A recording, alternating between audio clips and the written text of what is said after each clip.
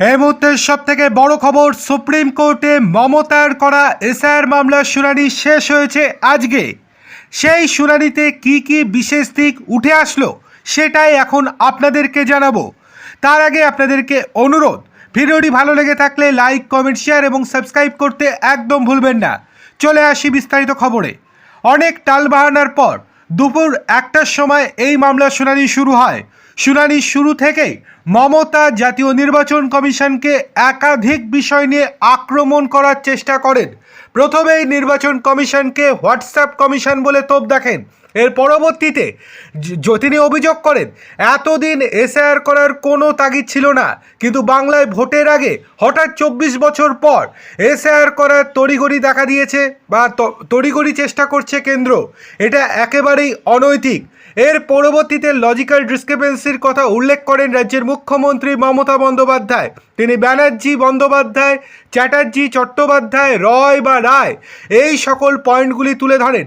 এমনকি একটা মেয়ের বিয়ে হয়ে যাওয়ার পর, শ্বশুর বাড়িতে চলে যাওয়ার পর যখন তার টাইটেল চেঞ্জ হচ্ছে, তাদেরকেও হেয়ারিংয়ে ডেকে হেনস্থা করা হচ্ছে বলে অভিযোগ করেন রাজ্যের মুখ্যমন্ত্রী মমতা বন্দ্যোপাধ্যায়। এর পরবর্তীতে প্রধান বিচারপতি বলেন, হ্যাঁ, এটা যেহেতু এআই দিয়ে করা হচ্ছে সেই জন্য এই সমস্যা অনেক ক্ষেত্রে হতে পারে, কিন্তু তাতে করে তারা যদি প্রয়োজনীয় নথিপত্র জমা দেন তাহলে সেক্ষেত্রে বাদ যাওয়ার কোনো প্রয়োজন নেই। এর পরবর্তীতে মমতা বন্দ্যোপাধ্যায় কাউকে বলতে দিচ্ছিলেন না। বারংবার তিনি জোরে গলায় প্রধান বিচারপতিকে বলেন যে আমাকে বলতে দিন, আমাকে বলতে দিন। তারপরে প্রধান বিচারপতি বাধ্য হয়ে বলেন যে বলুন আপনার কী বলার। এর পরবর্তীতে রাজ্যের মুখ্যমন্ত্রী মমতা বন্দ্যোপাধ্যায় প্রধান বিচারপতির কাছে বলেন, বিজেপি শাসিত রাজ্য থেকে মাইক্রো অবজারভার নিয়োগ করা হচ্ছে, কেন আমাদের রাজ্য থেকে মাইক্রো অবজারভার নিয়োগ করা হচ্ছে না?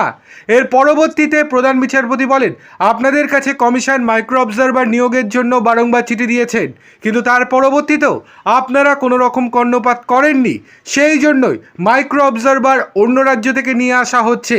এতে করে ক্ষতি কিন্তু হচ্ছে রাজ্যের মানুষদেরই, পরিষ্কার জানিয়ে দিয়েছেন প্রধান বিচারপতি। তখন চুপ করে থাকেন রাজ্যের মুখ্যমন্ত্রী মমতা বন্দ্যোপাধ্যায়।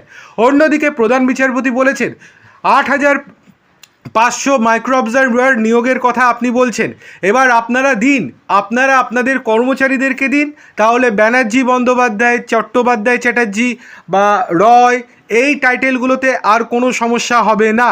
সেক্ষেত্রে আপনাদেরও দায়িত্ব আছে।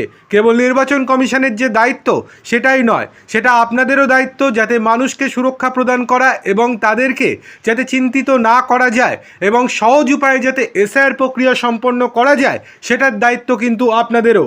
এর পরবর্তীতে মুখ্যমন্ত্রী মমতা বন্দ্যোপাধ্যায় বলেন, হোয়াটসঅ্যাপে একবার এক এক রকম নির্দেশ দেওয়া হচ্ছে, অন্য রাজ্যের ক্ষেত্রে হচ্ছে না, কিন্তু যাতে করে এই রাজ্য থেকে একাধিক ভোটারের নাম বাদ দেওয়া যায় সেই জন্য চক্রান্ত করছে কমিশন এবং কেন্দ্র সরকার। এই পয়েন্টটি তুলে ধরেছেন রাজ্যের মুখ্যমন্ত্রী মমতা বন্দ্যোপাধ্যায়।